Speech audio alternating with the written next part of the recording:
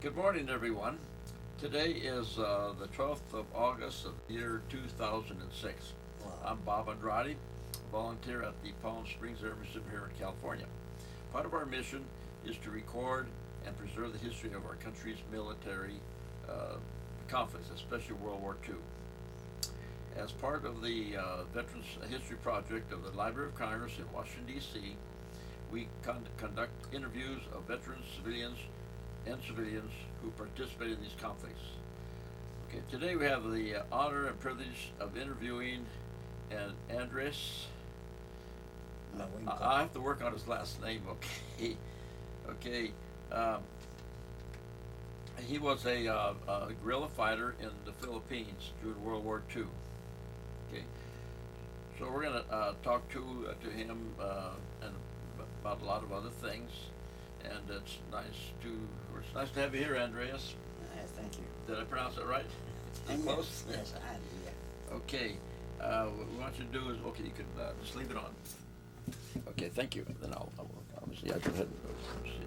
Did you push it? Yeah. Good. Okay, then I'll get back over here. Thanks a lot. But don't kick the tripod. Okay, here we go. I don't do a very good job of introduction, but I'm learning, okay? There we go. There we go.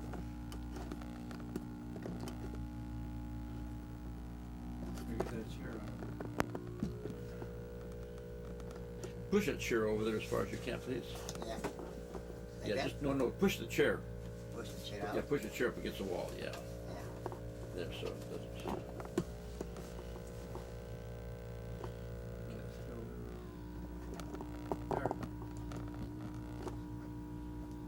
There it goes. There we go. I think that's okay. Okay, Andres, would you please pronounce your name and spell it too as you do it, please? Yes. I'm Dr. Andres Alvarillo Laurengco. I'm a Laungco. I was a professor at Rush University, 69 to 72, and I was also, for a long time, professor in the Philippines medical schools Okay. and practitioner of medicine, and I was the personal physician of two presidents of the Republic of the Philippines after the war, President Carlos P. Garcia and President the Imelda and Ferdy Marcos. Okay. Why don't we back up a little bit and where were you born? I was born in Tondo, Manila. Did you grow up there and go to school there? I was born in November 13, 1920. You see, the Philippines was then an American colony, Right. acquired from Spain. Right. All right. Now, And you were brought up in that same town, right? yeah, I stayed. We did not stay long in. I did not grow up in Manila because my father was a doctor, was in the Philippine Health Service under the Americans, and so I had to be. The family had to follow him from province to province in the Philippines as provincial health officer. Did you now? I'm just curious. How did he meet your mother? He met my mother when he was still an intern studying medicine in Manila, and my mother was a nurse in the hospital where she was serving as an intern. So they got around, and I came out as the eldest in the family. Yeah. I have a chart there. Okay, and so then you were very active in high school in sports, or? Oh yes, I was a very active student and all that, and ever since even the high school, I was already being trained in the military. And then when I was in college at the University of Ateneo, University of Manila, the Jesuit school, I was admitted and member of the Reserve Officers Training Corps. That's ROTC, right? Huh? Army ROTC. ROTC. So I came out. I did an ROTC aside from my college course, medicine. So during summer, before the war, I had to serve in the military in the Philippines, summer training for military in preparation for whatever. In 1941, Wait, let's back up just a little bit now. Before 41, when they started, arming the Filipino soldiers yes, in anticipation of a war. yes, yes. Now, did you feel could you feel that there was going to be a war? How did you feel as a young man about a war going to happen?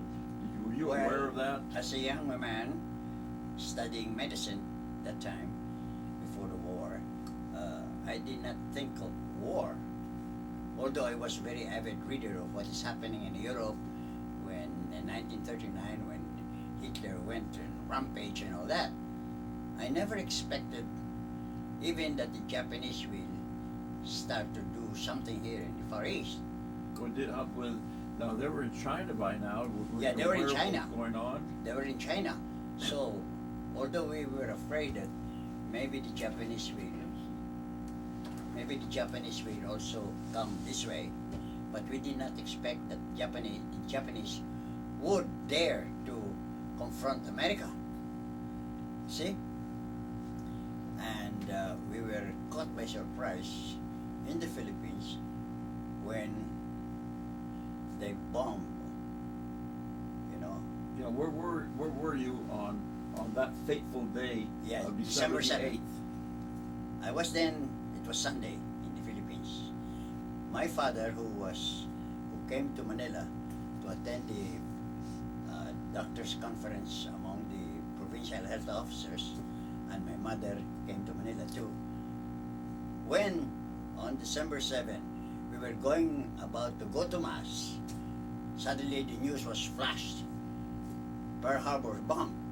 Wow, war was declared. So and so on. We tuned in on our radio and heard President Roosevelt declare the day away from me and all that. And they said, wow, this is war. And so and so on. So we went home. And then I said, Pa, I'm going to report because I'm a reserve officer. I've been inducted as one of the members of the Citizens Army of MacArthur. You see? So I went to when the bombing was going on in Cavite and all that.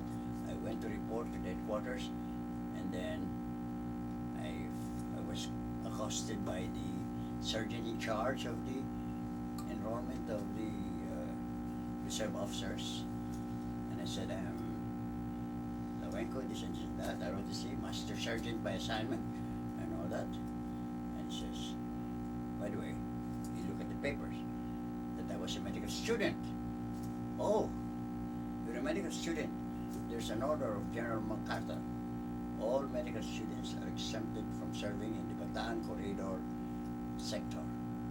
But I want to serve here because I have friends, lawyers, engineers, that students, students of my university. I want to join them. No. That is the order of MacArthur. So, disappointed, after the interview, I went home.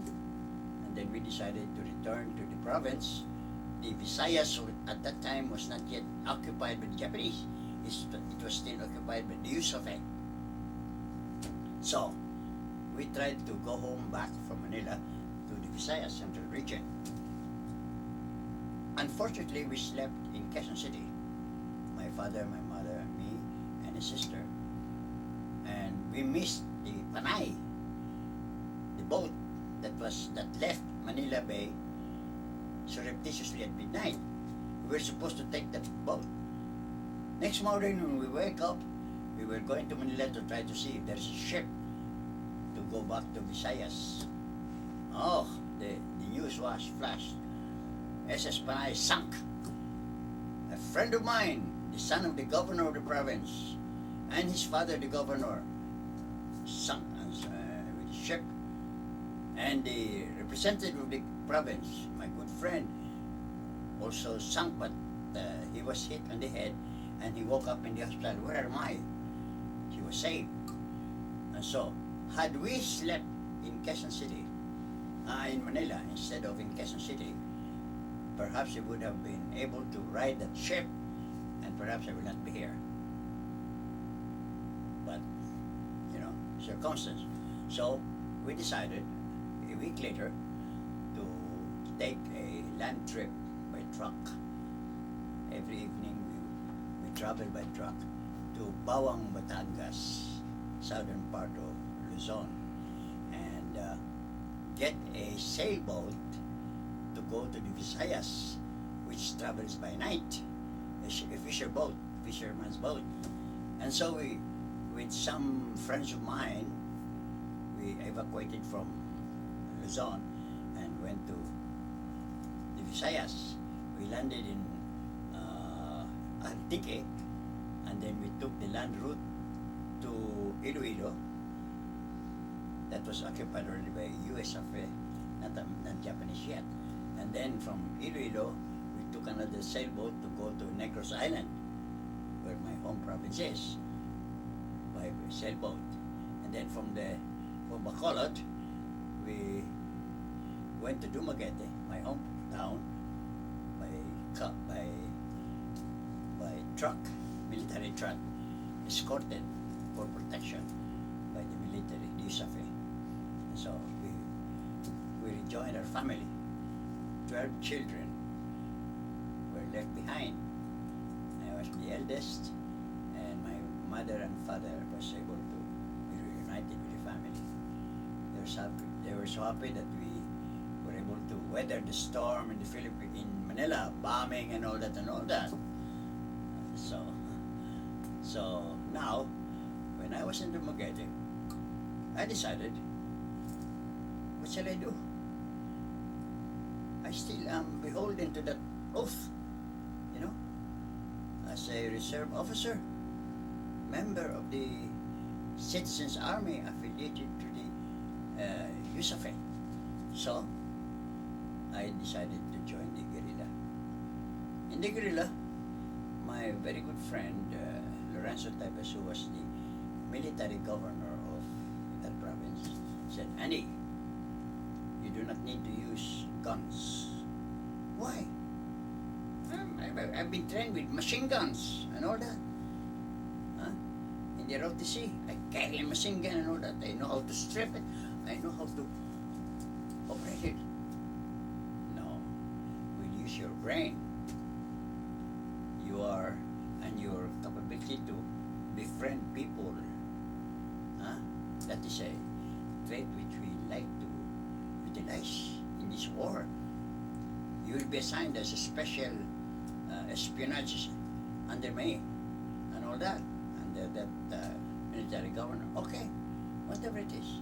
So that was my special assignment. I did not have to use a gun, but open eyes, open mind, friend, and this and that, and relayed messages through the circuit of the guerrilla to the American guerrilla, to Australia, information on the movements of the ships, the planes, where they're put, and so that when the Americans come back, they will know where to bomb, where to hit, and what to avoid. You see, without the guerrilla movements, espionage, how could the Americans know where and what the Japanese are doing? On my turn, I was the kind of friendly guy. I even befriended the University of Tokyo graduate who was the interpreter of the dreaded Kempitai. Speaking English, I befriended him, and I was surprised when I asked him, you're a Japanese. What do you think of the war? Huh? That's curiosity. And he said to me, Andy, you know Andy, we became close friends.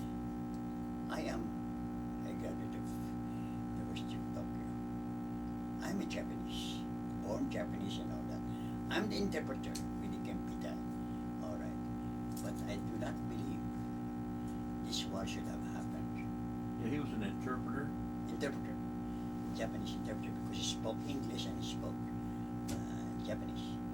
So he says to me, I do not believe in this war. This is the war of the generals who wanted to prove that they will win glory in the field of battle at the expense of the young like us to die in battle. So I was surprised because I never expected a young Japanese to say that to me during wartime, and he was the interpreter. He said that because we became close friends and he trusted me, so on and so on. So when I just take the information for granted and then I just forgot about it, and then one day I was apprehended for an interview by the Capitale. I think and I suspect that the Filipino turned traitor and revealed that I was part of the network of espionage in that area.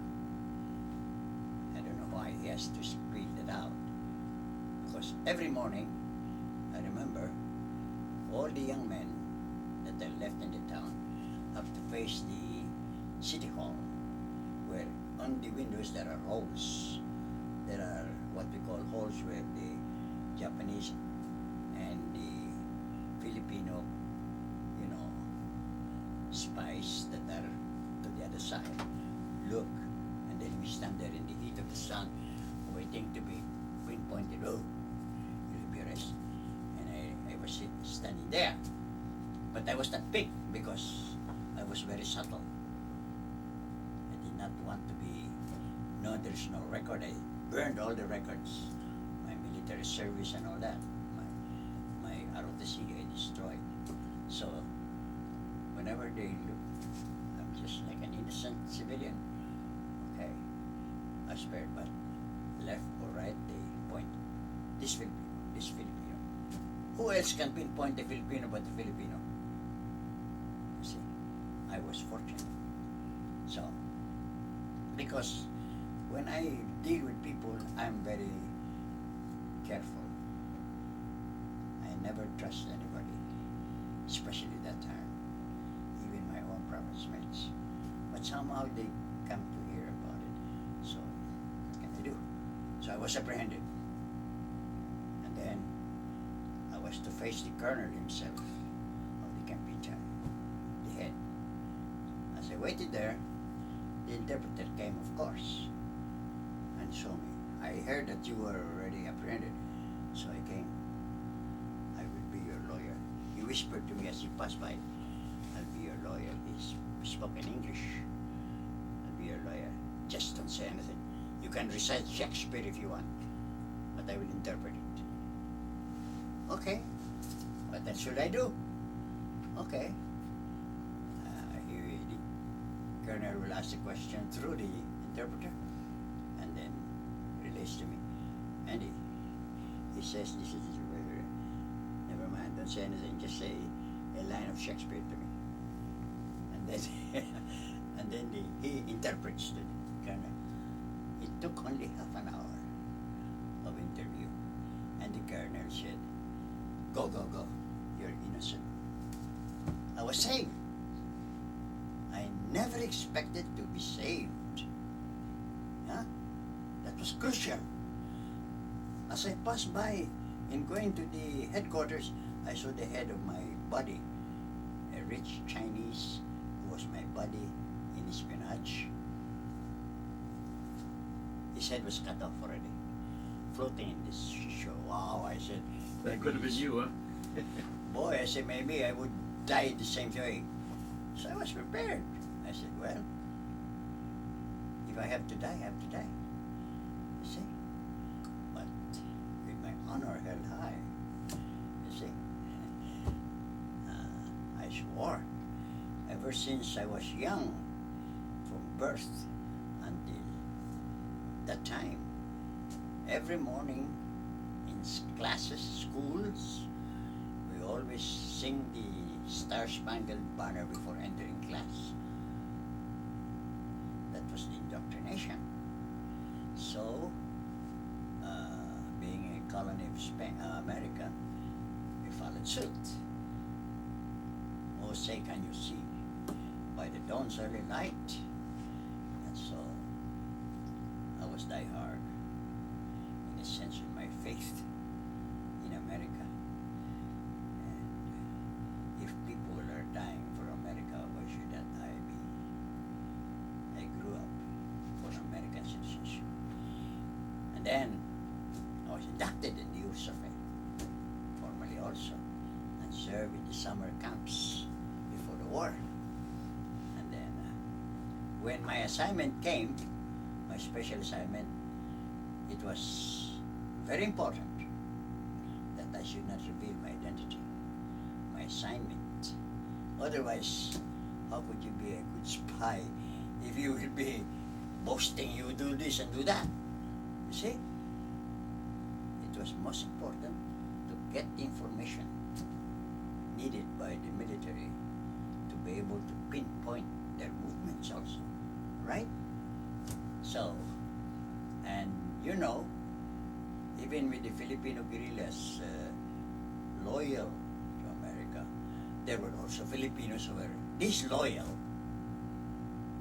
Some went to government service and posed and befriended the Japanese and all that, and the Japanese offered independence ahead of America during that occupation. I said, that's crazy. I will wait when the time comes for liberation and America will give us our independence, as promised by the hair horse cutting law, and so on so on. So you see, I did not believe that the Japanese were really sincere. They were after conquest. And I've seen a lot of people, even Filipinos, suffer torture and all that. But I had to keep quiet. You see, I had my job to do. And when, after the war, even Filipinos who served with the Japanese, I know them because I have my eyes open all the time, that time. They claim to be guerrillas and they this and they get the benefits and this and that. I did not want to be joining that group and say I am going to get my reward, my this and that. No. Okay, now when the war's coming to an end, did you kind of know? I mean, were you getting enough information knowing that the Philippines were lost to the Americans, right? Yeah. Now when they were lost to the Americans, this is before the end of the war, but yeah. But when the Americans finally came back, yeah. MacArthur did return. Yeah. And this is what happened. In other words, the traitors, rather the collaborators. Yeah. They tried to pretend like they were working yes. with the guerrillas, huh? I know. There were collaborators whom I know perfectly they were collaborators. One of them may have been spilling on me as a spy and all that for the Americans. Did you have tribunal for those people? Did Well, they get back at them? some of them, you know, the president of the Philippines during the Japanese occupation was a Filipino justice, Laurel. His children were with my schoolmates in Ateneo also, in university, when we were taking ROTC. You see? And so forth and so on. You see, so the Filipinos during that time was divided.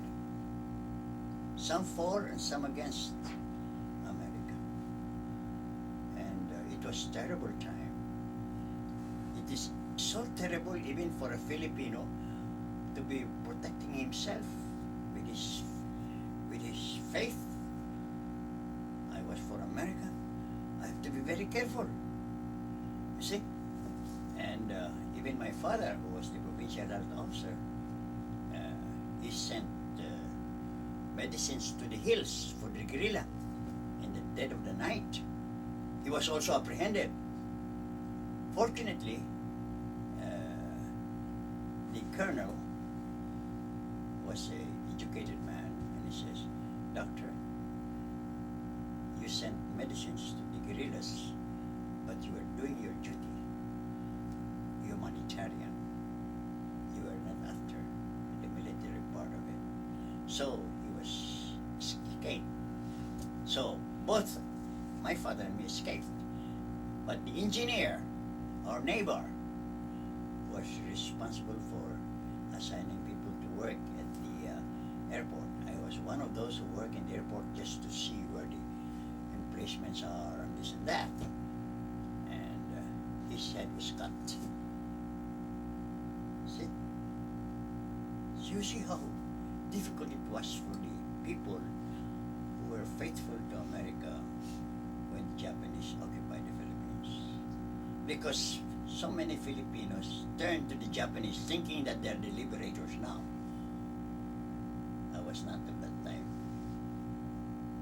And because I tell you that ever since I was small, born in 1920, I always sung the national anthem of America until that time. And now you're here. Now, I decided I didn't want to be recognized as somebody who served guerrilla and all that. I don't want to be that proud. I write my history now because I'm already 86, and I wrote my biography. Okay. Now you, the war is the Philippines has been liberated now, right? Yes. Now the next thing was naturally to get Japan or Formosa and so forth. Yeah. Now when MacArthur came back, who was the president? Was it Romulo that came back? Yeah. To the MacArthur, when he came back, rallied the Filipinos to help fight the Japanese, occupying Japanese, so that it will be easy for him to recapture the Philippines completely before launching the attack on Japan. You see? And so forth and so on. In fact, during the meeting with Roosevelt and Nimitz, Nimitz was for bypassing the Philippines. He says, we might as well go straight to the heart of Japan. MacArthur stood up during the conference and said, I pledged to the Filipinos that helped me fight the war when you could not send any gun or ship to the Philippines to protect the Bataan corridor defense, delaying movement. I promised them I shall return. And then, during the debate between, I know this is in the story, during the debate between Nimitz and MacArthur, and Roosevelt was listening, MacArthur said, that was a political question. A political means if I am pledged to return because they trust me, it was political. Huh? I could easily say, the president did this, ordered me to go direct, bypass the Philippines. Now, and so Nimitz had no question. He says, okay, he fulfilled his word, now we can go to Japan. Now, question in my book I wrote, why did the Americans choose Visayas to enter the Philippines? They could have started in Mindanao, way down south. Huh? Or they could have started straight to the zone. Why in Visayas? Because the prominent Filipino ones who are working are in Visayas. The major guerrilla, like Leon and the rest, and Leyte, and Safonson, Peralta, in eye and all that, and they were united. You see, and submarines used to come to the Visayas to deliver cigarettes and exchange notes and this and that by submarine. On our part in the family, we used to have a tiny radio in our home, hidden away, and we always listened to the news what's happening in the war. You see, we were anxious. When are we going to be liberated? So and so on. So anyhow, that is the story. They never, the Japanese never occupied, what's that now, the Visayas? The Japanese occupied Visayas and Mindanao. Yeah, they did finally go over there, right? Yes, that's why we were under the constant surveillance of the Japanese with the help of the collaborators, and that's why it was difficult Now to conduct. Okay, now, where were you or when you heard about the atomic bomb? Oh, the atomic bomb, yes. I still was in the Visayas. The atomic bomb was dropped. I knew about it. And I read about it. I heard in the news and this and that. So I said to myself, was it necessary to bomb Japan to involve civilians to be killed? Huh? And I had my philosophy, and I said, sometimes the innocent must suffer with the guilty. You can't separate and say you're guilty, you're innocent. So if they are sort of massacred, as where some of these people are saying, it is the payment for the guilt of the guilty that the innocent must suffer. I don't know, that's my philosophy. Life, you either enjoy the good part of life with the guilty or the innocent, but you must also suffer the worst. That's my philosophy. Now the war is now over. Now you had your tribunals. Did you know? Were you keeping up with the tribunal? I mean, Yamashita and. Oh yes, after the war trials and all that. Now, Laurel, the president during the occupation of the Philippines, was spared by mainly by MacArthur. All right. There was a general. General Manuel Rojas was also spared from collaboration. Then MacArthur decided to have peace in the Philippines after liberation. I will not favor one or the other. I will condone collaboration as a force which they could not avoid. You see? So, to prevent. But now some of the collaborationists took advantage of that and posed as, hey, I help. Oh God, I hated that. Well, did any of the, like they did, like in France, the collaborators were humiliated. Yes. Or at least let the people know this sees a collaborator. Yes. Did I know the citizens kind of take over a little bit? Yes. And do things like that? The citizens themselves in France and other countries took issue with the collaborators. In the Philippines, it was different because MacArthur himself said, I want to preserve the Philippines. It is not their fault that they become split because of this war.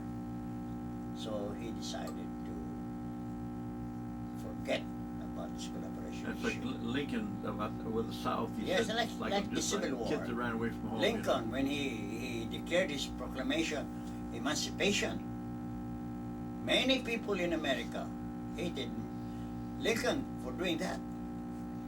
I know that. But Lincoln was a great man. He said, how can I restore peace to America after this Holocaust of a civil war? You know, a lot more people, Americans, died during the Civil War than any other war. Brother against brother. So Lincoln, when he made his emancipation, said, let bygones be bygones. Let's reunite the nation. But he had to pay his price too. He was assassinated by an innocent, by an insane actor. Now, do you remember when Yamashita was tried? Yes, the Yamashita episode. Yamashita studied at West Point. You know that? In the U.S. He had some training. Yamashita became a very famous general, Japanese, because of his thrust in Malaya. He conquered the British. Instead of attacking from the front, he attacked the British the back. Singapore. And the British did not feel that the Japanese will attack from the back. They did not fortify that area. They were having all their guns towards the sea, expecting that the Japanese will attack from the sea. That's why Singapore fell, but not. But on corridor. Okay, now the war's over now, and now we're coming upon the July the 4th, 1946, when the Philippines got their independence. Yeah, Do you remember what happened about that with the people? Really? Yeah. So looking forward to that. Yeah. So when independence came, America fulfilled their promise. That's it. And then, after the war, there was a referendum made. Would you prefer to be independent or become a state in the Union? I was for becoming a state of the Philippines in the Union. That was an issue after the war. But the politicians, the major politicians said, we got our independence, why do we have to be a state in the Union? And they were more powerful than the citizenry. And so we who believed in uniting with America as a part of the Union was overwhelmed. That's why whenever I go back to the Philippines and I see the misery of the politics, the graft and corruption in the Philippines right now, I said, had you thought better to become an American state, there would be no problem. You would have easy access to coming to America to get what you want. Now, Filipinos want to come to America. All our nurses are from the Philippines. No, even doctors, my former students who became professors and all that, are getting to take nursing just to be able to enter America. I hate that. So I am going back to the Philippines maybe by December, spend my Christmas there, and convene the 4 medical schools that I established and tell them, what are you doing with the curriculum that I established here? A product of my education in America. When I was a professor, I studied innovative curriculum at Rush University, and I was the curricular coordinator at Rush. And what are you doing with the innovative curriculum for these medical schools I put up? You're not turning to nursing. I put up that schools in the rural area, not in the city, to serve the Filipino poor. Not for the cities, not for dollar making, but for the sake of the poor. And here you are. And I am struck. That's why I have to go. That's why I told my wife, I'm going to the Philippines for a last mission before I die.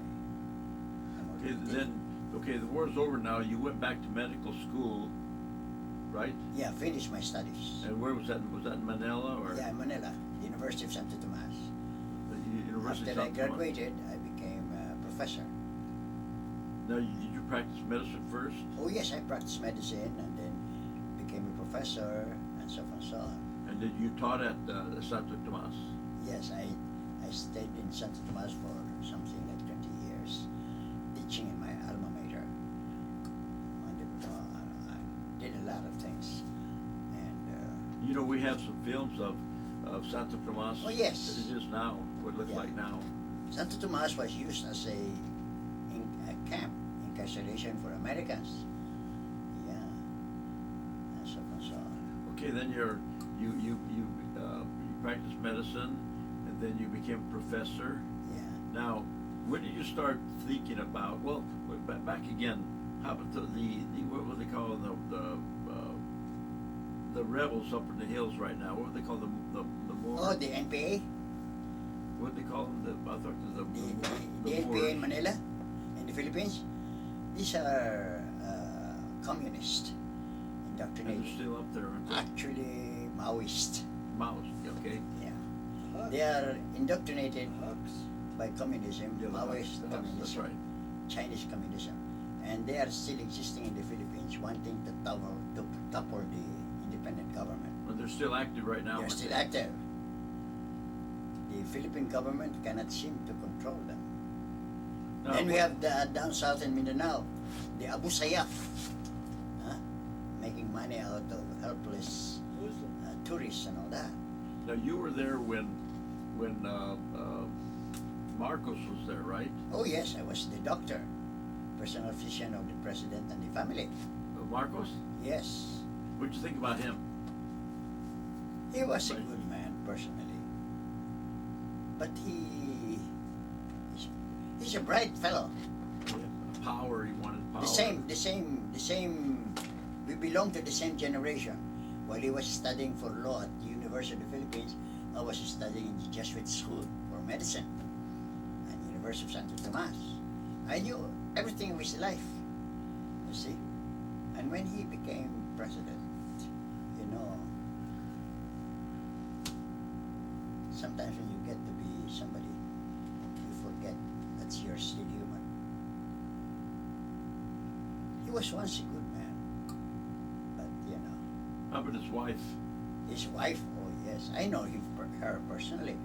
In fact, I was in the inner circle of the president, of both Garcia and Marcos, and during the birthday parties of the families, I was there. You see, because I was the doctor, and I could even use the presidential yacht for my mission that I do for the poor. You see, so I had a nice time. But the trouble with me is I'm so idealistic. Idealist. So I decided, after putting up my 4 medical schools, founder, that was my main ambition, after studying innovative curriculum in America in 1969 to 72, and became curricular coordinator at Rush, assistant to the dean. When I told the dean I'm going back to the Philippines to establish the medical schools that I had an ambition, the only doctor to put up 4 medical schools, he said, "You don't have to be a dean there. You'll be the dean here at Rush. I prepared that for you." I said, "No, my mission is in the Philippines. I must serve first my root country." And so on. So How did you meet your wife? my wife, well, I was first married to a cousin of a senator, rich, hacendero, powerful, political, and all that. I thought I would be happy with that. And I was also been able to become an advisor in the Senate of the Philippines for connections and all that. But my wife fooled around. I was making money, honest money, hard work, but she fell in love with a younger boy. In spite of our 9 children, said to me that I love this boy. And any money that she got from me, she funded to the boy for their business in Malaysia. They established a business in Malaysia. Then I said to my wife, "What about our 9? Well, you can take care of them.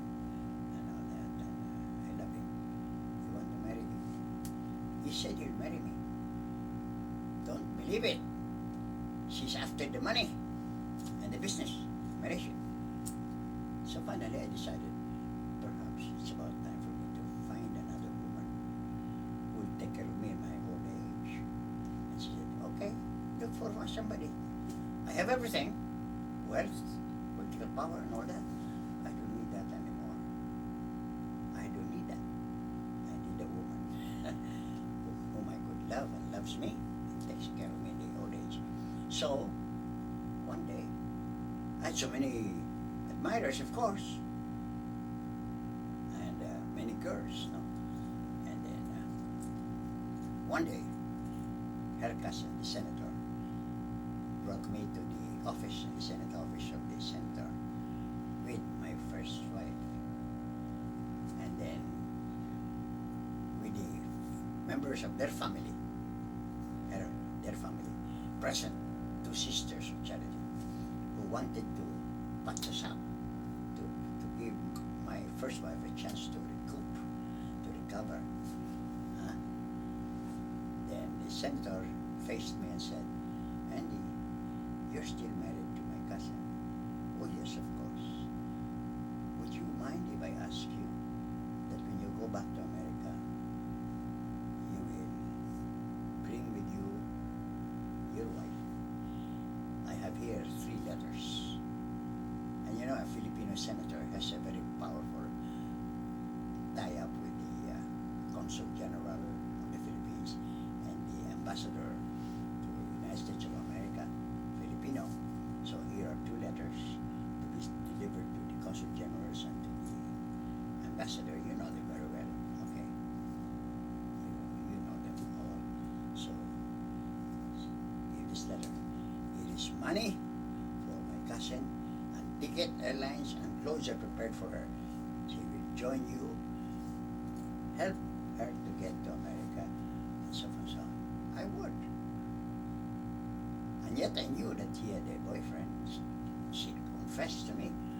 But I said to myself, every woman who loves is free to love anyone. Not necessarily me. That is my philosophy. Why should I do anything about it? If I lost a lot of money, never mind. But I maintain my philosophy. So, then when I said yes, I will do that, he turned to my first wife. He says, Bess, she became, by the way, Mrs. Philippines. No? Bess, Andy here is willing to help you, bring you to America, and this and that. And then you will have a house prepared by the Consul General or the Ambassador in America. Everything. Here's the money, here's and you work. And so for so. So give yourself a chance to reunite with your 9 children. You know what my wife said? She stood up and said, no, I can't. Why? Oh, the whole family was aghast. Why? Because what would my boyfriend say? I just kept quiet. I knew she would say that because she already told me that she loved him. So I just said, well, whatever it is. After that, the senator stood up and said, Andy, why did you not kill her right away?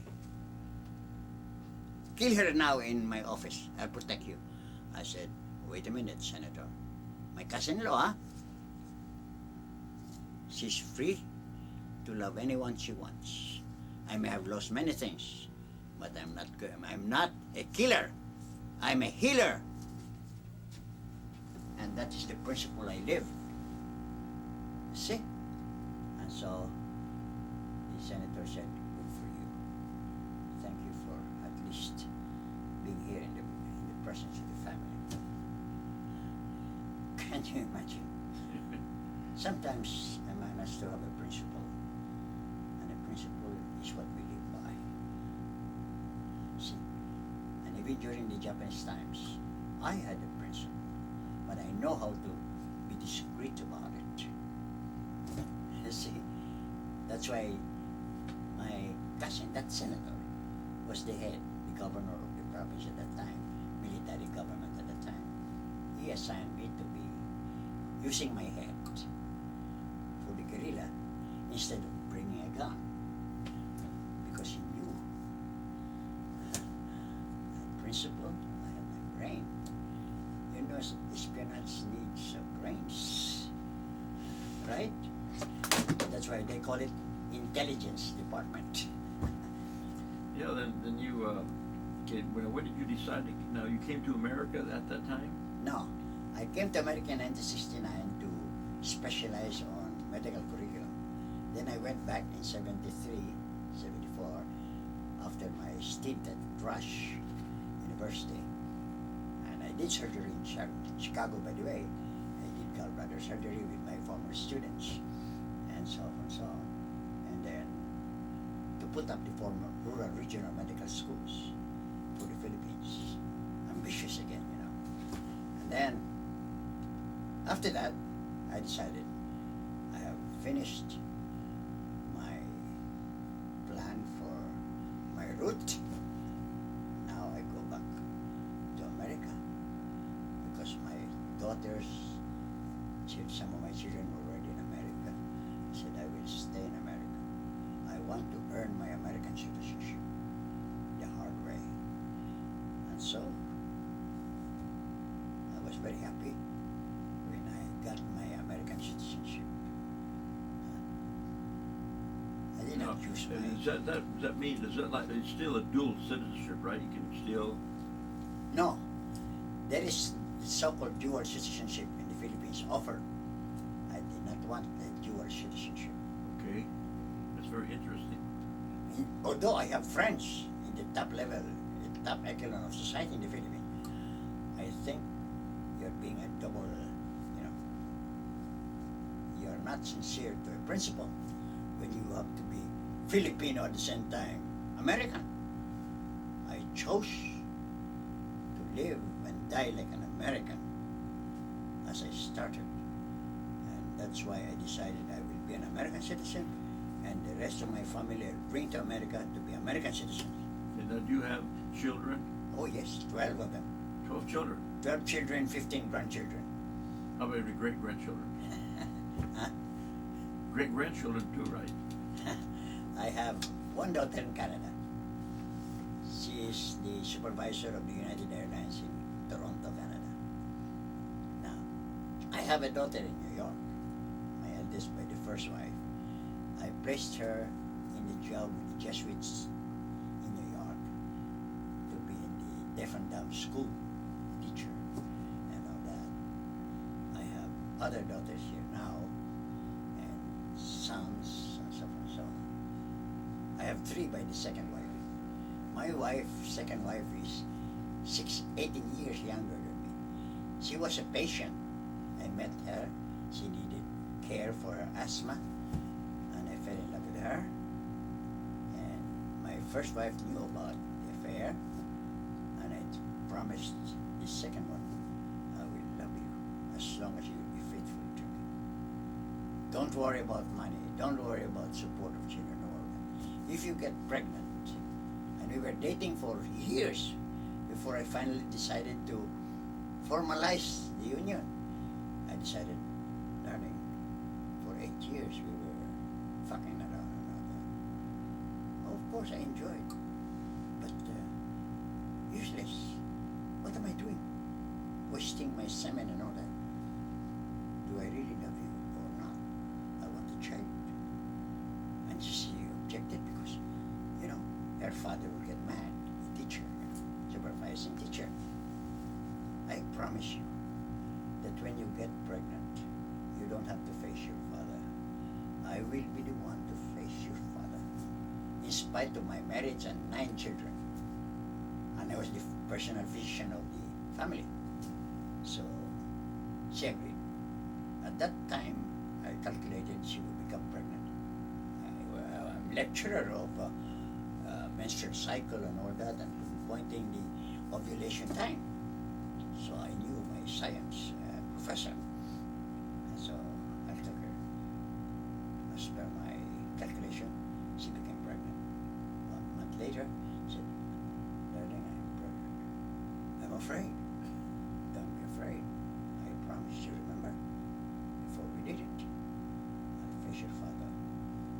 set the appointment for your father to meet me. So she set the appointment, and then I met the father. And the father had already his son, a lawyer, beside him, expecting something. So I told the old man, I was very respectful to him. I said, Mr. Arrest, I am the man responsible for the impregnation of your daughter. I come to honor my pledge to take care of her and the child that will be born, and I am asking your permission to let me take care of her and the child to be born. It is my honor at stake. And the father did not get angry at me. Said, my God, how brave this guy is to face and father her on that very delicate issue. But I knew that. But I had to face the music, like I faced the during the Japanese occupation, faced the accuser and all that. And so he said to me, Doctor, do you still have your wife? Yes. But she's fooling around. And we are not sleeping together anymore because she has a boyfriend. Oh. And don't you think you should return and give her a chance? I tried to give her a chance, but she does not want. That's why I fell in love with your daughter. I promised your daughter, if she promises to be faithful to me, I will love her. Don't worry about money, don't you? Just take care of the children. And so she did. So now I come. And you know what she did? She said, you could not answer yes or no to my request. And I said finally, would you kindly ask your daughter whether she loves me or not? Your daughter loves me or not? And whether she would like to come with me to take care of her and the pregnancy and all that. So she called for her daughter, and the daughter was asking, Nora, would you like to go with the doctor? He wants to take care of you. He loves you and all that. Oh yes. She said yes, bravely. And then he will take you. Oh yes, I love him. The father could not say anything. I said, okay, doctor, take care of her for me. It is, and I told the father, it is not your duty to take care of her because she's volunteering. I will take care of my own daughter. No, it is my honor that mandates that I have to be caring for what I did. Right? Oh yes, okay.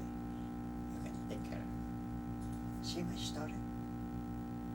Principle, principle, principle. Sometimes I think I must be crazy with principles. But how can a man live without principles? See? And that's all. I'm just a humble fellow. Okay, we're coming to the end here. I'd rather put on another one. So yeah. I want to thank you for your story. It was really great. And yes. And if you want a copy of my book, yes, History of the Second World War. Right, exactly. I will give you a copy. And it'd be a big pleasure. And it was a great interview. I really and wanted it could be part of the museum. Yeah, I will go definitely. Because it will focus on the Far East. Right. In the Philippines, particularly. Right. And thank you very much. I'm going to